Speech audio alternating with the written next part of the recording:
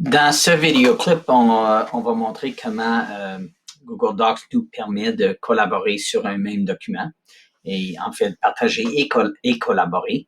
Alors, Trifon Tournesol ici a créé un document appelé la Lune. Et puis, le titre, tiens, je vais centrer ça. Mais c'est On a marché sur la Lune. Je vais peut-être l'agrandir un peu. Et puis, il demande une question. Il dit, que ferais-tu en arrivant sur la Lune? Alors, comme on a vu dans Google Disc, on peut partager ceci et je vais partager ceci avec nos deux élèves, Donald et puis Mickey. Mickey Mouse, voilà.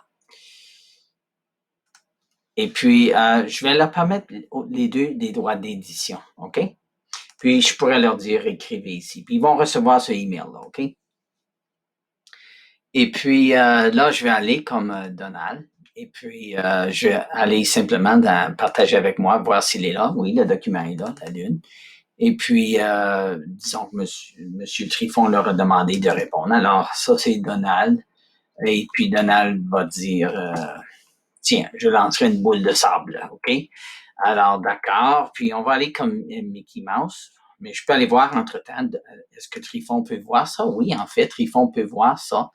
Et puis là, je vais aller comme Mickey Mouse et voir si j'ai le document. Et oui, Lune est là. Et puis, Mickey Mouse peut voir la réponse à Donald.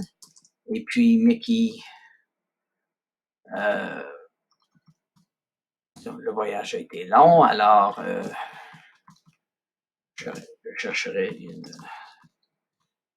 toilette. Voilà. Alors, si Trifon retourne ici, il peut voir les deux élèves qui sont en train de collaborer dans le document. Et puis, alors, c'est une façon vraiment facile de travailler sur un même document.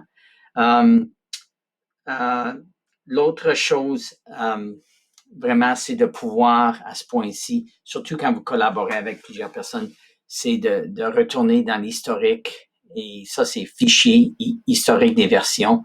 Et puis, voir l'historique des versions.